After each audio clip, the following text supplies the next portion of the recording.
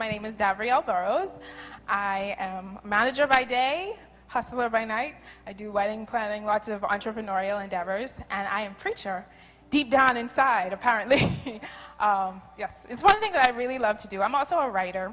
I like to write about things that affect teenagers, and particularly things that affect Christian teens. I've written 3 books, 2 of them being novels, and a poetry book that I wrote with my friends when I was 16 years old, and a full screenplay, a 6-episode TV show. So I love to write, and it's one of those things that I'm passionate about. But I am most passionate about Christ. Anybody here passionate about Christ? I think y'all just hurt Jesus' feelings. Is anybody passionate about Christ? Okay.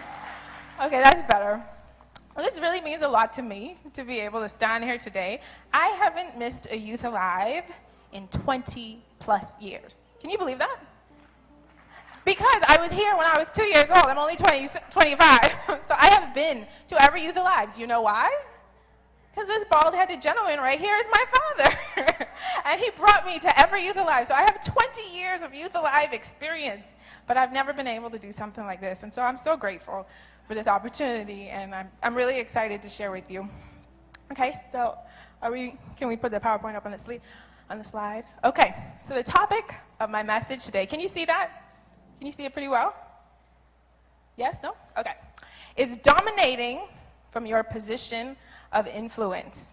All right? And I'm talking about Emerge 2016. Let's go back one. Go back. And my other title is #Glow Up. Everybody say #Glow Up. Yes. Okay. I'm going to talk to you in hashtags. Who knows what a hashtag is? Pretty much everybody under 50, okay? For those of you who don't know, a hashtag. Oh, you do know? Oh, okay, sorry, my apologies. For those of you who like 75 maybe and don't know, a hashtag is a series of letters following the hash key, and it helps you find things that are trending online. So this is one of those times where you can pull out your smartphone, and if I say anything that's sensible or if anything sticks out to you, you can hashtag. One more time. Hashtag. Okay, good. All right. And then, if I call and ask you ladies to respond, because it's ladies' night, I want you to glow up. Everybody, can you do the flip for me? I'm a girly girl, so y'all got to work with me. Okay, we're going to glow up. All right, so let's go to the next one. All right, we're going to glow up. See, I got an example for you, okay? You're going to glow up. And how are we going to glow up? All right. We are going to use our influence for good. We're talking about dominating from a position of influence. And what does the Bible say about us as believers? When we come to know Christ, we become the light of the light of the world. We become the light of the world. The light of Christ awakens inside of us, and there's a glow that the world can see. And that really breaks down what it is. And I'm going to pull it up here on my phone. It's kind of hard, actually, to see there. And I'll pull up that scripture, and if you want to write it down, it's Matthew 5:13-16. And it says, "You are the salt of the earth. But if salt loses its taste, how shall its saltiness be restored? It is no longer good for anything except to be thrown out and trampled under people's feet." Have you ever had food that was fresh? And like the bad kind of fresh, not like fresh from the market. Like fresh as in somebody forgot to season it? Yeah. So the Bible says that we as believers are the salt of the earth. We add what salt adds to meat, adds to fries, adds to whatever we put it in. We are what salt adds to that. We are to the world. But it says when salt loses its saltiness, how can it be restored? It's no good. And by no good, really it means useless. And do you know what they do with salt that's no longer salty? They throw it outside to break up the snow. Anybody want to be a useless Christian? No, we don't want to be useless, right? We want to be salty. All right, so everybody say #stay salty. Yeah, okay, this is one of those times it's okay to be salty. You want to keep that salt because that is part of your purpose as a believer, to season the earth. All right? And you are the light of the world. A city set on a hill cannot be hidden, nor do people light a lamp and put it under a basket, but on a stand, and it gives light to all who are in the house. In the same way, let your light so shine before others that they may see your good works and give glory to your Father who is in heaven. That's how we glow up. That is how we glow up. We let our light shine no matter where we go. And this world is dark. Would we agree that the world is dark? Yeah, it needs light. And we need to shine. And don't ever be like, oh, I'm the only Christian at my school, or I'm the only Christian in my family, what can I do? When darkness is thick, you need a flashlight. When the current goes off, you don't care if it's a little light. You still want that flashlight, and you still want that candle. So when it is dark and there is no other light with you, that's all the more opportunity to glow. Amen? Amen. Let's glow up. Hashtag glow up. Y'all got to do the flip. Okay. Let's go to the next slide. We're talking about dominating from your sphere of influence. Now, who is this lovely lady on the screen there? That's right. See, all the saved people don't know who she is, right? But that is Beyonce, okay? And the reason I used her as an example is because she is somebody who has a lot of influence, okay? For example, what was Beyonce's last album? And what is her daughter's name? And what is her mother's name? Yeah, see, I don't know half of my friends' mother's name, but we know Beyonce's mother's name. You know, I had a friend of mine, she was in New York a few weeks ago, and she posted, she's like, I saw Mama Tina, and she called her Mama Tina, and this woman don't know her from no one. But you know, she feels close to her, because she is such a fan of Beyonce that when she saw Mama Tina, it was her mother, you know? So Beyonce has a lot of influence over a lot of people. And this is Exhibit A. Let's go to the next one. Okay, who knows about the Bay Hive? Okay, so that one's a little more. Okay, so the Bay Hive, for it seems most of you don't know, is Beyonce's fan club, but I have to call it Beyonce's fan cult, because these girls are dangerous. And I think it's mostly girls, but you know, you never know. But I'm going to read it, because again, it's kind of hard. The Bay Hive. It says, this is the Bay Hive, the official fan collective by the fans, for the fans, here for Bay. This is your hive. This is your place to come, to share, to learn, to grow as the incredible hive that you are. This is only the beginning. This is sure to grow and grow Bays. So the Bay Hive is a very real thing, and it's actually gotten so real that they call it Bay Hive attacks. So basically, I am right now in danger of a Bay Hive attack. I just ain't scared, because that's my mommy right there. She taught me to be never scared. But I'm in danger of a Bay Hive attack, because if you say anything negative or potentially negative about Beyonce, they are coming for you. And on the right, you can't really see what it says, but that is, that's the Instagram page of Kid Rock, who's a country rock singer. Who knows who Kid Rock is? Exactly. He ain't even really that famous to us, or people who look like us, you know what I mean. But he's not that popular. But he said something about Beyonce not being his cup of tea, and within minutes, her fans went all on his Instagram, and every single photo he had, it's bees. Those are bees right there, okay? So the Bay Hive was like, pretty much none of your comments are coming through. All you're going to see is bees, because you said something about Beyonce, and since we can't kill you, this is what we will do. Pretty much, okay? That's loyalty, right? I would say, I mean, I don't think I could ever show that loyalty to someone I never met. I don't really have the time to do that if somebody offends my dad, you know? I mean, I'm a big fan and I'm loyal, but I don't have time to be on somebody's TL. But that is how serious Beyonce's fans take it. And on the left, that's Rachel Roy. Y'all finish this sentence. We'll see how really saved they are. You better call Becky. Okay, all right. So in Beyonce's most recent album, she made an allusion to somebody who may have been trying to steal her husband, and she called her Becky with the good hair. Well, this unwise woman right here went online and said, good hair, don't care. And within minutes, the Bay Hive, so now her new album was called Lemonade. So now it was lemons and bees, and they did the same thing. And you know what they did? They found her, she closed her Instagram so people couldn't comment. Then they found her 15-year-old daughter and did the same thing to her. And they called her mother everything but a child of God. Okay, and that is how dangerous sometimes the Bay Hive can be. But that's what influence does. And that's what loyalty does. We can go to the next slide. This is another example of influence. Now, who's that? That's Martin Luther King Jr. So you have a black man who's a minority in a time when black people were being systematically oppressed, but somehow he was able to rise to a position of influence to change the world and to change the way that Americans and people all around the world live. He was able to influence people for good. He was able to speak out because he was convicted about some things, and he wanted to see change, and he spoke in such a way that it inspired people, and he told people how to get together and how to do things, and it changed the way the world works for all of us. Okay, and so that's an example of using your influence for good. That's an example of dominating your area of influence for good. Let's go to the next slide. All right, hashtag, repeat after me, hashtag, stay woke. Stay woke. Who knows what stay woke means? All right, I'm going to tell you. Let's go to the next one. You need to wake up. It is real. Life is real. This is your real life happening right now. And I'm speaking particularly to the young people. This is not a practice run. You do not become a real person when you turn 18. Contrary to what they said, your life doesn't start after you graduate from high school. My first book came out when I was 16 years old, and people pay to buy it. You know what I mean? And so that means that there was something meaningful that I produced before I was in the real world.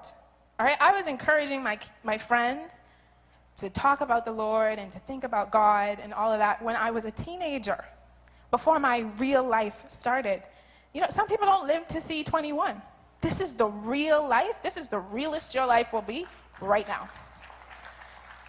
The decisions, and the crazy thing about this season of your life, being a teenager, is the years, it's the shortest season of your life, but the effects will follow you forever. When my grandmother was 15 years old, she got pregnant with my mother, changed the course of her life. And probably one of the most influential conversations I've ever had with her was when she explained to me how it happened. Because I was traumatized, y'all. They didn't tell me. So I had my mother's stepfather. I thought that was her father, you know, and everyone knew except for me. And so I had this interesting drive home from school, and my mom was like, oh, you know, well, that's not really my father. And I'm like, what are you talking about? And then we get home, and I'm like, well, now that you mention it, I always thought you didn't really look like him. But I had this whole moment. But my grandmother, she was just like, you know, I was 14 years old, and she said, you know, I met a guy. He told me that he loved me. And then I told him I was pregnant. And he told me, get rid of it, or I will never speak to you again. And she looked at me, and she said, so sad, so done. Never spoke to her again, ever. And see, that was a decision that my grandmother made in her teen years that changed the course of her life. So people who looked at her a certain way, oh, you have a kid. And my grandmother is a brilliant woman, and she has been exceptionally successful, got a fabulous husband, the most beautiful grandchildren ever, and her life has still turned out quite well because she turned it over to God. But she wanted to be a doctor, and that just wasn't possible when she had a child. You know what I'm saying? And so the decisions you make, you think they don't matter, but they will matter. You get into a gang when you're young, you just die. The end. You know, there is no what would have happened. I was watching a documentary about gangs the other day, and this guy, he said, I'm 40 years old. That's like 120 in gangbanging years. Because you just die young. So the decisions you make now will affect the rest of your life. It's a short season, but it changes the course of your forever. Let's go to the next slide. You have to stay awake to the reality, again, that real life is happening now, and there are only two kingdoms in the world. Was anybody here last night? Yeah. So y'all saw the henchman who was trying to mess with her? He's like a demon, right? Yeah, that's real. That's really happening to your life. And the reality is that you're either a part of the kingdom of darkness or the kingdom of light. There's no middle ground for nice people who just aren't ready to serve God yet. There is no middle ground. It's one or the other. You have to choose. You are either doing good or you are doing evil, even if you don't mean to do evil. And when I say that, you know, if somebody here started having a heart attack next to you, and you're like, oh man, boy, that's sad, eh? It would be nice if there was like a doctor or somebody to come help you. Are you having a heart attack? Well, I hope you feel better. Y'all would think I was evil, right? Did I do anything? Did I cause the heart attack? But did I help? Right. You do evil when you choose or you fail to do good. You have to choose right now to do good. I can see this one a little bit better. Colossians 1:13, if you want to write this down, says, He has delivered us from the domain of darkness and transferred us into the kingdom of His beloved Son. The next one says, in whose case the God of this world, can we say that together? The God of this world has blinded the minds of the unbelieving so that they may not see the light of the gospel of the glory of Christ, who is the image of God. So there is a God of this world. You can go to the next slide. You need to be awake to that reality. All right, next one is hashtag get some. What do I mean by hashtag get some? I mean, you need to get some influence. If you're going to dominate in your sphere of influence, you need some influence. Y'all forgive me on this one, right? But I thought this was so funny. I heard this song by Chris Brown, and before the song starts, he says, how are you going to hate from outside the club? You can't even get in, okay? And I thought the same thing about influence. How are you going to tell people things? How are you going to lead? How are you going to engage people if they won't listen to you? How are you going to make changes in the board meeting if you can't even get in? You need to get some influence. Let's go to the next slide. And how do we get some influence? You have to know something about something. Let's say know something about something. I spent some time with a mentor of mine over the past week or so, and she said, you know what really bothers, and she's a believer, very strong believer, tells the world about Jesus. And she said, you know the thing that annoys me most about Christians? And I said, what? And she's like, you ask them what 1 + 1 is, and they tell you, Jesus. You got to know something about something other than Jesus. And I'll tell you why. No one who doesn't care about Jesus is going to listen to you unless you know something that they want to know. If you want to gain influence in the world, you have to be able to engage with the world. You know, when I was a teenager, I was very careful who my closest friends were. I made sure they were believers because I knew I could be influenced. But as I got older, I'm like, I need to know some people who aren't saved. Because if everybody I know is saved, who's going to get saved? You know, how am I going to help other people if the only people I interact with are like me? Except people who aren't like me. I need to find some common ground. So you know what? It's fabulous. So I do weddings, you know, and I've learned a lot about weddings. So when people want to talk to me, I can talk about weddings. Or I can talk about how to publish a book, and they are listening. And when they hear that I have some expertise, and when they hear that I understand something, or when they hear that I am good at something that they're interested in, they will listen to me. So you have to know something about something. You have to be smart. And you have to be excellent. Excellence gets the attention of people. You know, Pastor Dory yesterday, he referenced Steph Curry and how he has the shoes with Philippians 4:13. And, you know, he does a lot of cool things and talks about his faith. But no one would care about his faith if he wasn't good at basketball. You know what I mean?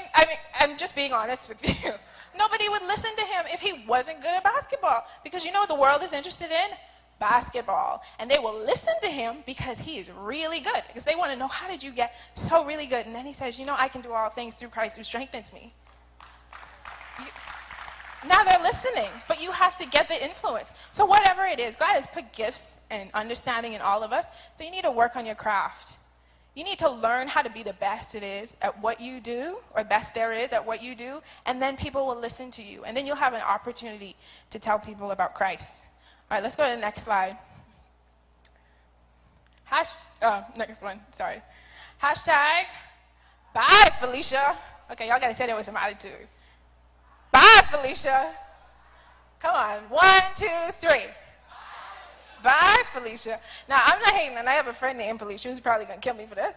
But this hashtag was just to, I guess, this girl who was feeling herself too much, and she thought she was all of it. And this just means get over yourself. You need to get over yourself. And what do I mean by that? You need to get over your flesh. There are things that you're going to want to do that you cannot do as a believer. There are things that you might even have a right to do that you cannot do. When I started working with P31 here, I would go out places and think about what I was going to wear, or even think about where I was going, and it's like, what if one of the girls that I mentor, what if one of my girls saw me there? How would I feel? What if one of my girls who I influence saw me wearing this? What if they heard me saying this? And it started to make me think differently. When you become a person of influence, you can't just do anything. And the scriptural idea behind that is killing your flesh. It is not all about you. Sorry. It is not all about you. 1 Corinthians 6:19 says, don't you realize that your body is the temple of the Holy Spirit who lives in you and was given to you by God? You do not belong to yourself. You don't belong to yourself. When you choose to know Christ and you choose to accept Christ, you cease to belong to yourself. You belong to God, and you have to be obedient to him. Amen? Amen. So sometimes when your flesh is like, oh, but he's so fine, Jesus, you have to be like, bye, Felicia. Or be like, oh, I could just slap this girl. Or you want to strangle someone. You like, okay, let's try it again. The flesh creep up on you, and what do you say? Bye, Felicia. Okay, you gotta be like, no, because there is something more important at stake. People's lives are at stake, and you may not see it now, but people's lives relies on your obedience. What if Pastor Dave didn't follow the call of God? We wouldn't be here. We wouldn't be meeting here. People would not be impacted and changed. So there's things that are more important. We do not have the luxury of catering to our feelings. That is a quote by Dr. Davrielle Burrows. But he never said it up here. And he never said it on a stage anywhere. He said it to me on November 10th, 2014. That was the day after the worst day of my entire life, I will say. That was the day that we had a crash, and it took the lives of several people, including our founder, who were very dear to us. And he and I were sitting in the airport, getting ready to go on a plane, just after we had had a plane crash, and the sky was dark, and my best friend was texting me, this is stupid, don't do it, you can just Skype them, like, you don't have to go. And for the first time in my entire life, I've been flying since I was in the womb, but I have never had an issue with planes, but obviously that changed things. And I looked over to my dad, and I said, Daddy, I don't want to go. I said, I'm scared. And he looked at me, and he said, me too. And he said, but we do not have the luxury of catering to our feelings. He said, they need me and I need you, so we gotta go. Changed my life. Changed the way that I saw things. Because there were things that were more important. Sometimes your feelings are very real. And I'm not saying that God doesn't care about your feelings. But sometimes what you have to do is so much more important than how you feel. Winter is cold. Let me put on the side for a second. Winter is cold. What do I mean winter is cold? Winter is cold for a single woman. Let me just be real. Sometimes I look at my bed, I'm like, Jesus, there should be someone else in here. Fix it, Lord. The struggle. Can I just be honest? I'm not from this magical place where I don't, love men. I love men. Let me just be real, okay? I don't have these magical hormones that don't make me feel some type of way because I've been saved long. And I've been saved long. I've been saved since I was like 12. But it's like, the struggle is real. And I'm not a bad-looking woman. I could just pick up some dude off the street, to be honest. Based on how people treat me, I'm not even exaggerating. But the truth is that there are things that are more important. I have a purpose, and I have a destiny, and there are people who listen to me and who trust me, and I have to live a certain way, and that means killing my flesh sometimes and doing things I don't want to do. If I thought I used to want to slap people when I was in school, then I started working. And then it's like people messing with your money, and then you really want to strike someone, and then you see why you need the word in your life. But you got to say, what do you got to say to the flesh? That's right. Bye, flesh. We can't be catering. Let's go to the next slide. I thought this one was so funny. This is a picture of Steph Curry, and he got really upset during these finals. It was a rough time for all of us. Next year, next season, it'll be good. But he got so upset at one point. They were holding him, and if y'all can't see what it says, it's 1, 2, 3. 1 is Jesus, 2 is the Holy Spirit, 3 is me, and 4 is 4, 5, and 6 are basically the referee, and that means everybody who could get beat up is the referee. And people were like, "Oh my God, Steph Curry lost his temper." And what I want to encourage you is sometimes people are like, "I can't make a stand for God because I'm not perfect. I don't have it all together." Neither does anyone else. You don't have to be perfect to be an example. You don't have to be perfect to be light. I read a quote that says, "Light can still shine through a broken window." You don't have to be perfect. I didn't stop thinking Steph Curry was a Christian when he got upset. He's a person. He's a human. I don't look to him. I look to Christ. But he's a good example of someone else who looks to Christ. You don't have to feel all that pressure. You don't have to be perfect. I am not perfect.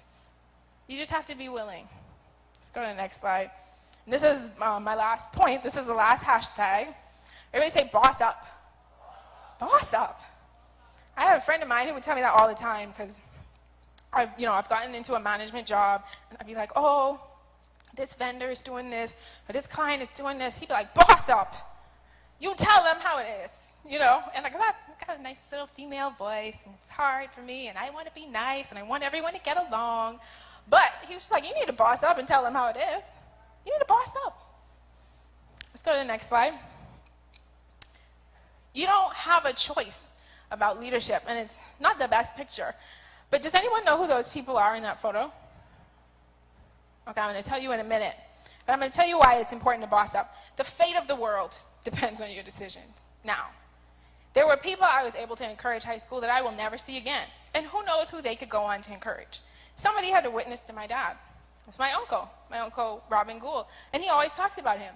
But somebody had to do something to make a change in his life so that he could meet some other people and make changes in their life, and so that they can meet some other people and make changes in their life.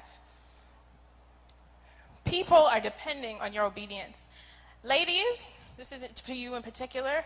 You can choose. Everybody said, "I can choose." All the ladies say, "I can choose." And I want the fellas to say, "I can choose too." I can choose too. I'm going to explain it to you. I can choose too, fellas. If you are a male, I would like you to say, "I can choose too." Thank you very much. Okay? Now, what I mean is, I have been so blessed to have a really excellent father. I want to shout out my daddy because he's the greatest.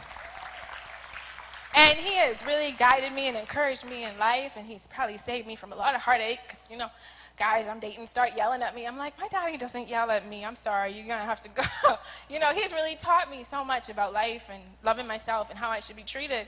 But a lot of women don't get that experience.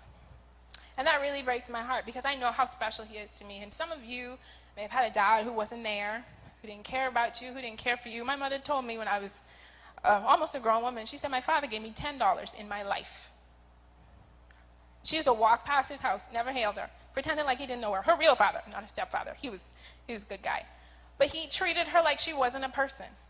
And there's an effect that has on you. It just will, And I want you young ladies to know, and I want you to hear me, and I'm not saying this to be heard, I'm saying it because it's the truth. You cannot choose your father, but you can choose your daughter's father. Choose carefully.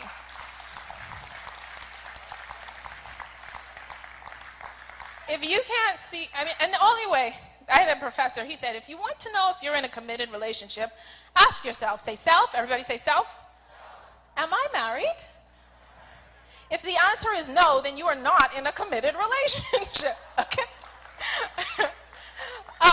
Pretty much, if you want to just weed out most of the trash, just get married first, and then work from there, okay? You don't want to give your body to someone, and you don't want to risk getting pregnant for someone who may not be there for the next 10 weeks, not much less the next 20 years, to take care of your child. And in the same way, guys, if she doesn't strike you as somebody you want to have a kid with and you want to be tied to for the next 21 years of your life, maybe just don't do it, eh? Just don't do it. It's not worth it. Beyond the fact that it's being obedient to Christ, don't do it. You have a choice. You need to choose wisely. One person can influence 10 who can influence 10 million. Every preacher needs a preacher. And those people to the right, next slide, are the parents of Dr. Miles Monroe. And he often spoke about his parents and the effect that they had on his life. The reality is that a small voice, these were two people who didn't have fancy jobs. His father was a preacher, but they didn't have a lot of money. But he taught his kids about the Lord, and he lived it. He was an influence that influenced someone who has influenced hundreds of millions of people, including us. If it wasn't for them, we wouldn't be here. So that's something to consider. You may think your effect may be small, but you walk over to that kid who doesn't have any friends and you sit with them, you change their life. You know that girl who feels like she's ugly and you tell her she's beautiful? You change something about it. I have told more of my personal secrets to my hairdresser than I have told to anyone in the world. Don't take for granted your influence. And finally, let's go to the next one. You can't really see, but on the left, we have Kanye West interrupting Taylor Swift at the VMAs to tell her that even though her video was good, Beyonce had one of the best videos of the year. And, it's very much Kanye. Kanye, when he gets up, you can always expect something special in the worst kind of way. But on the right, you have Jesse Williams, who gave a speech at the BET Awards. And he talked about what's happening and what has been happening and what has been constructed to happen to black people in America for hundreds of years.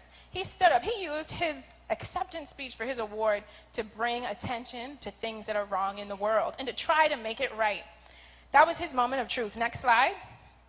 Your moment of truth is coming. And you need to decide how you're going to use it. When you have a moment with someone, when you excel to a certain place, are you going to take your money and spend it on 5 houses and 15 cars? Are you going to build a well for some people who don't have water? Or when you have a moment to speak, are you going to speak up for Christ and things that matter? Or are you going to talk about things that don't really matter? Influence is like a sword. You can use it to protect and to preserve and take care of people, or you can use it to kill and destroy. Your influence is your sword, and you need to wield it carefully. Amen? Thank you.